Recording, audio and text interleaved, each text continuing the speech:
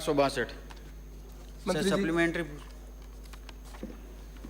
माननीय अध्यक्ष महोदय, खंड 1 जल जीवन मिशन के दिशा निर्देशों के अनुसार योजना की पूंजीगत लागत का सामान्य क्षेत्रों के लिए 10% तथा अनुसूचित जाति जनजाति तथा डीडीपी क्षेत्रों के लिए 5% जन भागीदारी अंशदान लिया जाना प्रावधानित है तथा शेष राशि का आधा हिस्सा केंद्र व राज्य सरकार द्वारा वहन किया जाएगा।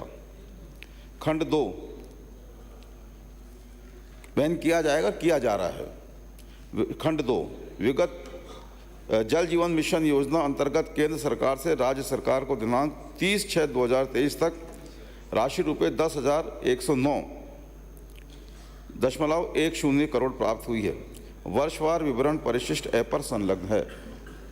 खंड 3 विधानसभा क्षेत्र पर्वतसर में वर्तमान में अवस्थित कुल 161 ग्रामों में से 110 ग्रामों को जल जीवन मिशन के प्रारंभ होने से पूर्व ही घर घर जल संबंध द्वारा लाभान्वित किया जा चुका था। शेष 51 ग्रामों को जल जीवन मिशन अंतर्गत घर घर जल संबंध द्वारा लाभान्वित करने हेतु वृहद पेयजल परियोजनाओं या अन्य योजनाओं की स्वीकृतियां राज्य स्तरीय योजना स्वीकृति समिति SLSSC की विभिन्न बैठकों द्वारा जारी की जा चुकी है। योजनाओं की स्वीकृति एवं प्रगति का विवरण परिशिष्ट वेब पर संलग्न है। माननीय अध्यक्ष महोदय, जल जीवन मिशन योजना के अधीन कुछ लाभार्थी परिवारों से अंशदान लिया गया तथा कुछ परिवारों से नहीं लिया गया।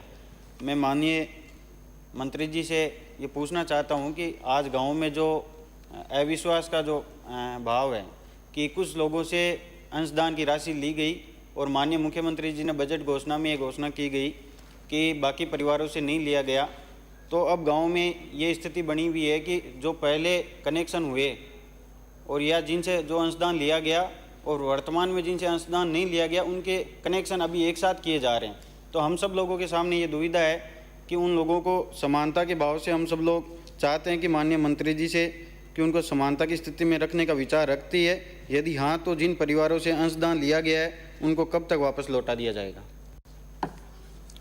माननीय अध्यक्ष महोदय, जल जीवन मिशन की गाइडलाइन के अनुसार योजना में ग्रामों की पूंजीगत लागत का सामान्य क्षेत्रों के लिए 10% तथा अनुसूचित जाति जनजाति तथा रेगिस्तानी क्षेत्रों के लिए 5% जन भागीदारी अंशदान लिया जाना प्रावधानित था।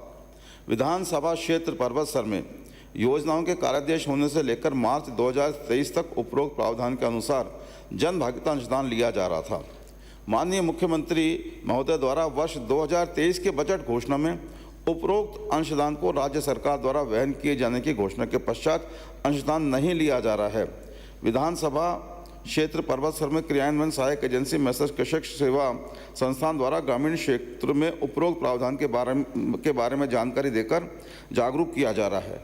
माननीय अध्यक्ष महोदय, चूंकि बजट में प्रावधान 2023 के में हुआ, 1 अप्रैल से इसको लागू किया, तो जिन्होंने 1 अप्रैल से पहले जो अंशदान दिया है वो वापस किए जाने का कोई प्रावधान नहीं है, लेकिन 1 अप्रैल 2023 के बाद से कोई अंशदान नहीं लिया जा रहा और आगे भी जब तक योजना ये पूरी होंगी अंशदान नहीं लिया जाएगा।